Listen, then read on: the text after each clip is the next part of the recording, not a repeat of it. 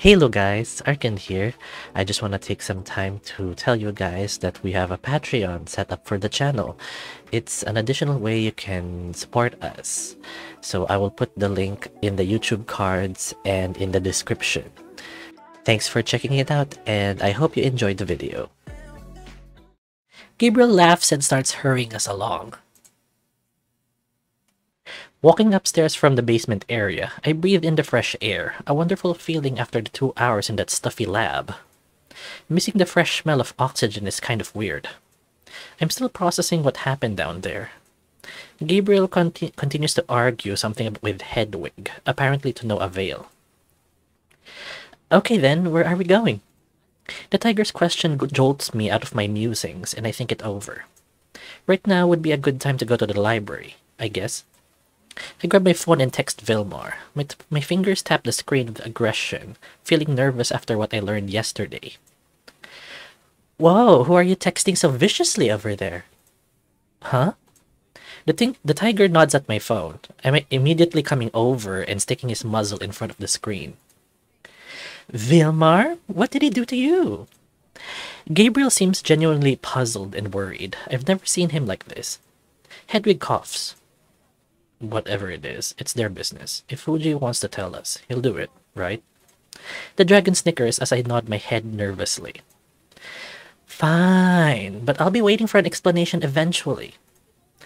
I'm heading to the library with Vilmar, so if you have other plans, I can see you guys later. The tiger sighs frustratedly and twists his muzzle. Be quick then, we still have so many places to show you. We'll head to the cafeteria. Look for us there when you're done. I nod, and the tiger and dragon start walking away. Okay, my message. Vilmar has already had time to respond. Meet me in half an hour at the library. Is that okay with you? Okay. After a somewhat pleasant reunion, I can't help but be detached from Vilmar now, and I can't figure out why. Maybe I'm upset about what Hedwig said yesterday. Okay, I'm definitely upset about that, especially if it turns out to be true. My feelings aside, I have better things to do. I start walking towards the library. Thankfully, it's not that far from the potion laboratories. In just a couple of minutes, I'm already surrounded by the naturally adorned bookshelves. As it turns out, there are many entrances and exits to the library. It looks like it can be accessed from anywhere in the academy. Getting in wasn't as difficult as I thought it would be. At first, I was surprised when Vilmar opened a path to the library with a glowing paw. But it turns out it's enough to just put out your paw at certain spots in the academy. What a show-off. I rummaged through my bag for the piece of paper Mr. Aster gave me yesterday. Huh, it's not there. Did I really lose the thing? It's the first assignment from Mr. Aster and I already fucked up? I guess there's nothing left for me to do but try to find the book myself before Vilmar gets here. Standing in front of the gigantic shelves of knowledge, I start to go through each book, quickly glancing at the spine to see if it matches with what I vaguely remember was the name of the book I'm looking for. Interestingly enough, there is no librarian here to ask for help in finding the right book. There are definitely staffing issues at this academy. After going through all the easily reachable bookshelves, I fail to find the history book I'm after. The deeper I go, the harder this library gets to navigate, being completely lost after a while. Climbing up the spiral staircase to the top, I decide to take a look around. The glass ceiling through which the warm light pours in was even closer. The tree crown is just below my feet over the railings, giving off a warm, pleasant aura. Out of the corner of my eye, I catch a glimpse of a leopard's tail slithering through the shelves. Oh, Vilmar's here already? That's odd. He was supposed to be here later. Maybe he was meeting someone else here? Whatever, the sooner I find that book, the sooner I can get out of here. Even if he's lying to me, I just want to know where this book is right now. I swiftly head towards the shelves where one forgetful and stupid cat had just been. Hey Vilmar, where can I find... A bright flash of white light immediately hits me in the face, knocking me off balance. That hurts. Wait, the person in front of me is way shorter than Vilmar. And a woman's uniform? What the hell? This isn't Vilmar. It's a snow leopard girl. In her paw, she holds a potion brewing manual. From what I learned today, it is a really advanced one. Her presence is elegant and airy, and the fluffiness of her hair and tail made it clear that she groomed herself properly. The girl's head turns to me, and I can finally see the stranger without much difficulty. "Do you need something?" Her voice sounds cold, but with a slight tenderness in her tone. Her sternness can be felt a mile away. I feel like I've stumbled upon the popular girl of the course. I should tread carefully. "Huh? Yes, sorry. You see, I've been looking for this one book. Do you know where I can find books on the history of this academy?" Barely stringing together my sentence, I look away in embarrassment. An awkward silence befalls us for a couple seconds, until a sudden burst of laughter emanated from the girl's direction. "Haha, I'll show you.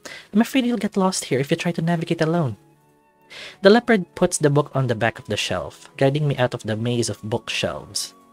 I hastily follow behind her, trying to keep up. "What's your name? Are you a freshman?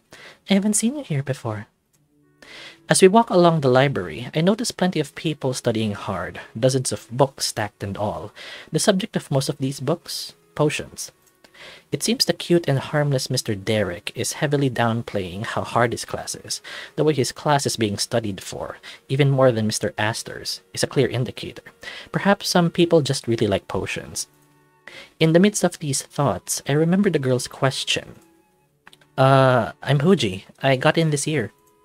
The girl waits patiently for me to finish my train of thought. I can't keep up with the program, so Mr. Aster told me to read a book. I guess it's for general knowledge." I can't tell her that a strange dude appeared to me in a dream, and that my teacher is suspiciously asking me about some historical figures. "Is that why he recommended your history book?" I see his sense of humor is still intact. "My name is Gwen. I'm a fourth-year student. Nice to meet you. I hope you like it here."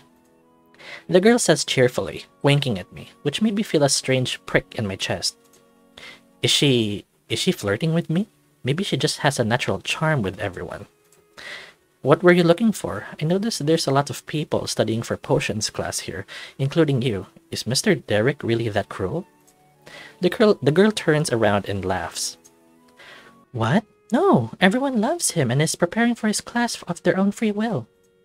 Although he recently got an assistant named Bryad, he's been filling in for him on occasion, and I'm afraid he's not as gracious or charismatic as Mr. Derek. I can't say he's a bad teacher, it's just he's not a very nice guy." And so we finally arrive at the correct shelf. Gwen starts running her finger over the books. It should have been here. Someone must have taken it." Turning around slightly, Gwen touches a crystal ball laying on a cushion on the shelf. She runs her finger over it for some seconds. "A week ago, this book was taken by an apprentice named Rugdanalf. Oh, this guy." There is immediate interest in my eyes, and noticing this, Gwen continues. "I wouldn't go near him if I were you. Besides, he should have it back by this afternoon, so you can just come by tonight and grab it." I stammer my words a little. She speaks fast and without the slightest hesitation. "Uh-oh. Thank you. You've helped me a lot." I can't resist looking at that crystal ball. Does it keep track of who took the books and when they'll be returned? I start running my finger over the ball as names, book titles, and student faces scroll down through the glass surface. Among the names was a familiar one, Vilmar, causing me to stare in disbelief for just a second. Gwen notices it instantly, and a couple seconds after asks me the question. "Hey, do you know Vilmar?" My ears are ringing. If she was talking to me before, I hadn't heard it. Yeah, he's a childhood friend of mine. He and I met again not too long ago after a long separation.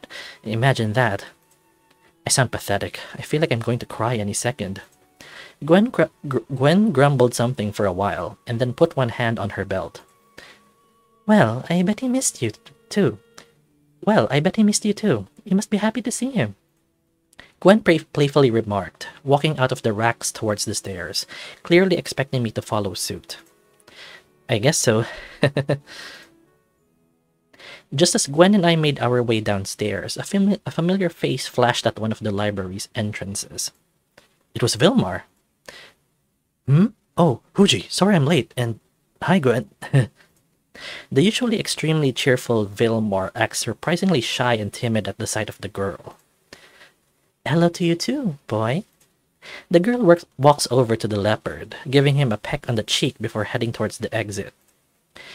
Hooji was walking around. I'm guessing he was waiting for you. You can't keep your friends waiting like that, especially someone so cute and worried like Wolfie here. With those words, Gwen turns to me and smiles flirtatiously, then leaves for the door. Awkward? No, an unsettling pause hung in the air. Neither Vilmar nor I could start a conversation. However, after a couple seconds of agony, I get over the lump in my throat. You and Gwen, are you friends? Or are you more than that? Straight to the point. I don't know why I asked that. Regardless of what answer I get, it's gonna eat me inside. In any case, something is definitely wrong. Too many odd details are coming together for me. Well, we're kind of dating. I knew it. His voice was as quiet as possible, and his gaze was staring off in the distance. The words echoed in my mind. A nasty, oppressive feeling boils up inside. Anger? Hate? Jealousy? And why didn't you tell me before? Can we go somewhere more private? This is a very personal topic. Vilmar muttered, gently placing his paw on my shoulder as his tail continuously twitched in chaotic directions, clearly wanting to avoid this conversation. Let's go. I walk past the leopard and take him by the wrist, leading him toward my room. Vilmar doesn't struggle. Opening the door to the normally relaxing room, now filled with an indescribable uneasiness, hearts beat mad as thoughts and conjectures try to coalesce into a coherent but jagged train of thought. So, why didn't you tell me about this? I turn my back to the leopard and close the curtains on the windows. This is a very personal subject. It's just not something I go around telling people, you know? Gwen doesn't really like when I do that. Trust me when I say things are more complicated than they seem, so I don't want to say something I shouldn't. The leopard sits down on the bed and puts his tail on his lap. Things are really complicated. How weird can it really be that you didn't even mention a thing about this? You could have just said you're in a relationship and you're, just not sure yet about it, and it's between me and her. This is none of your business. Please stay out of this. It'll only lead to problems. I'm speechless. Look, you don't have to get so worked up about it. A lot of people have secrets and things that are hard to tell right away. I'm sorry, but it's just how things are now. You probably have things you can't just tell anyone, and you may need time to get more comfortable, right? Hooji. Vilmar walks over to me and takes my paw, running his claws gently over the barely visible tattoos. They were glowing slightly, something I hadn't noticed myself. I reflexively yank my paw away, causing Vilmar's expression to change immediately. See, you have your own secrets too, that you can't or won't tell me about yet. There was a sense of heaviness and wariness in his voice. I don't know, I don't know what's going on. You've never been so closed off before. We used to tell each other everything. Hooji, it's been a long time. I've changed. You've changed. Don't cling to the past like it's the only truth. I'll try my best to tell you what I can, but I can't make any promises. I chuckled nervously, staring pensively at the floor until a familiar paw from my childhood rubbed my head. Then, let's discuss the rest tonight, shall we? I noticed the strained smile on the leopard's face, so I spit out the words. Okay, I'll go to the library to get the book I need, and then we'll meet. Vilmar hums and starts to leave the room. Also, you better stay away from Gwen. She's not a bad person. It's just, I can tell you why. You need to trust me. Whereupon the leopard's tail disappeared through the doorway, leaving a deafening silence in the room. At that moment, I sit down on the bed and start to hear a voice, the same one I've heard in my dreams. Well, he seems to be holding quite a lot in. You're no better, though. Is it worth all this worry? He's already dumped you once without explanation, and now look at how he's treating you. Stop it! Who even are you? I look around, but I don't see anyone. Ugh! What the hell is going on? I slump angrily onto the bed, staring into the canopy while a storm of emptiness and pain from the endless thinking raged inside. My eyelids grow heavy, my arms grow weaker while the incessant thoughts in my head never quiet for a second. What had we talked about? Had we decided something? What had even happened? It's not like he explained anything. Was I falling for all of this? He's changed. I've changed? Did I really? I'm still the same as before. Or am I? These questions loop in my mind until I manage to fall asleep.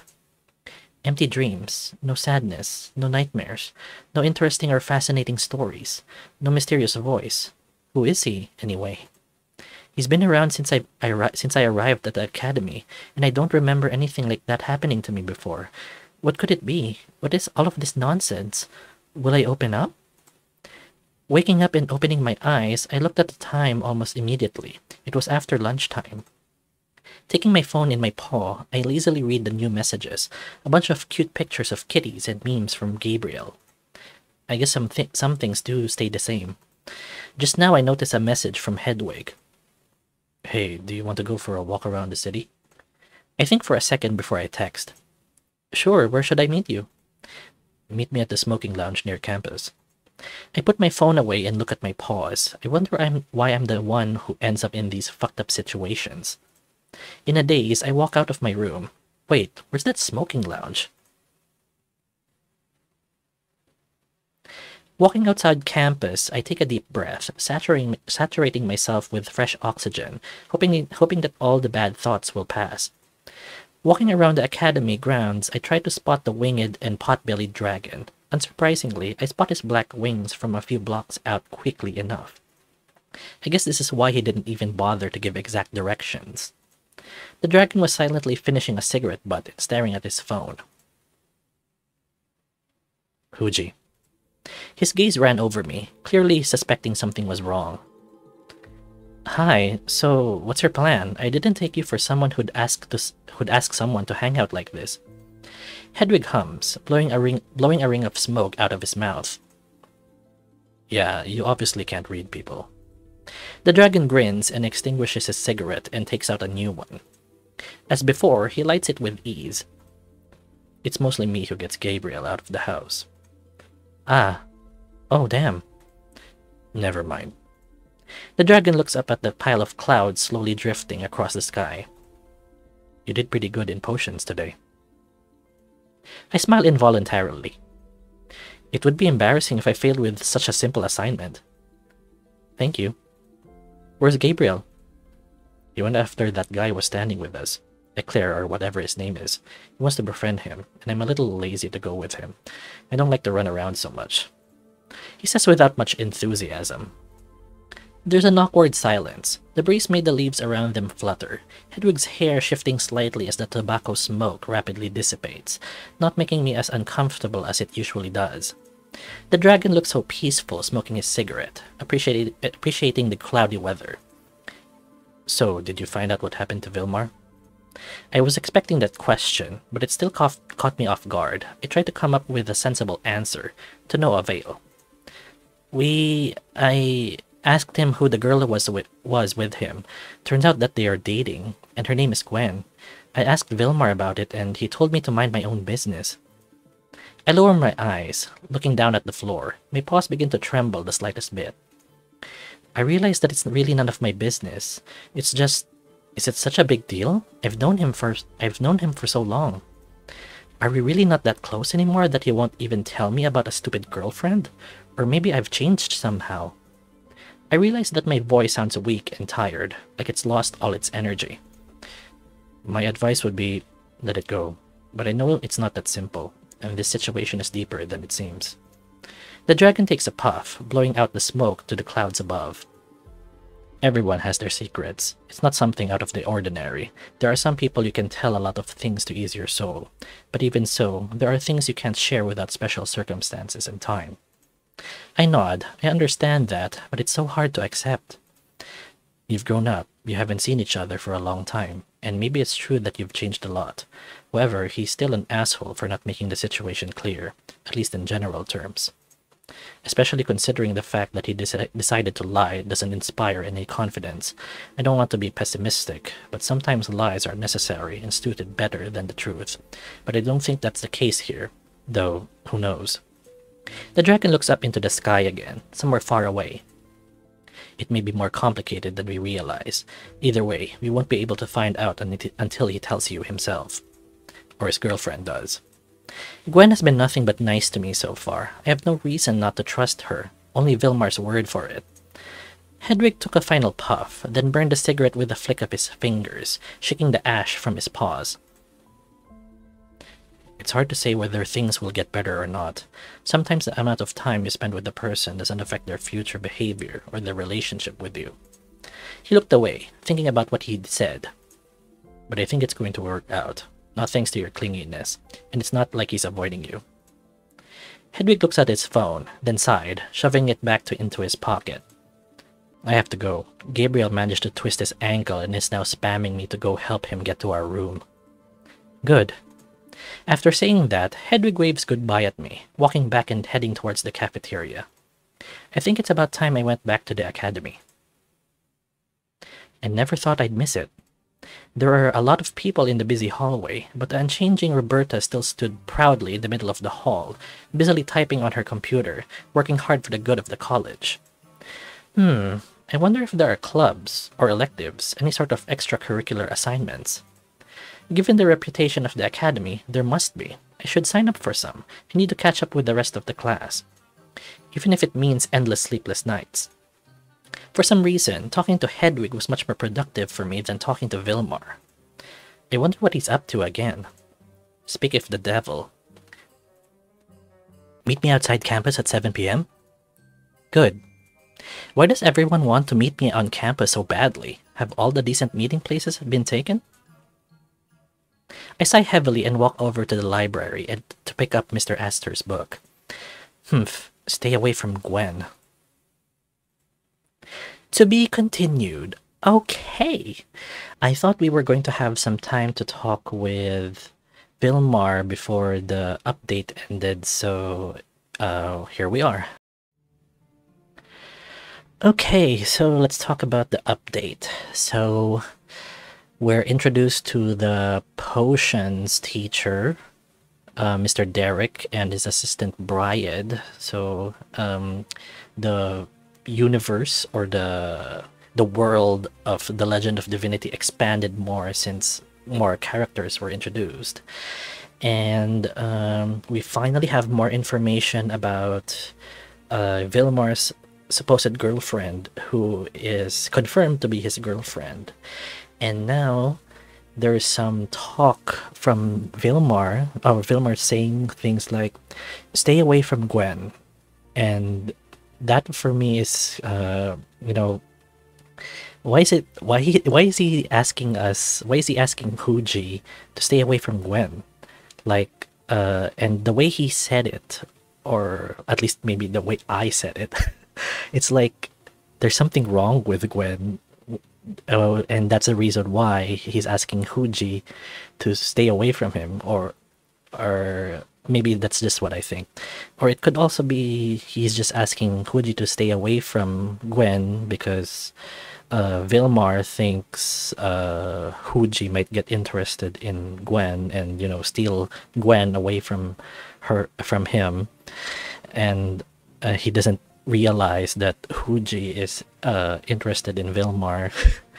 So just some thoughts like why is that happening? And I'm really curious and invested with the upcoming talk that Hooji and Vilmar would have. I hope they get to bring things out in the open and talk about things more, because even if Hooji and Vilmar won't get together right away, I think Hooji still deserves an explanation from Vilmar on why he's acting like that, and why he kept the secret that he had a girlfriend. I think Hooji deserves to know those reasons why. I'm also curious about the book that Mr. Aster wants Hooji to read. Like, what's so important about it, and what's the connection to his dream. I want to see more information or more story development about that, on why on what's up with the book. Why does he have to read it, and what's the connection, and why is there some sort of urgency in Mr. Aster's voice, that he has to read Hooji has to read this book. So that also piqued my interest. Okay, so if you guys liked what I did, I hope you can leave me a like on this video and maybe subscribe if you haven't yet. And I want you guys to take some time to appreciate something in your life today. And I will see you on the next Let's Read.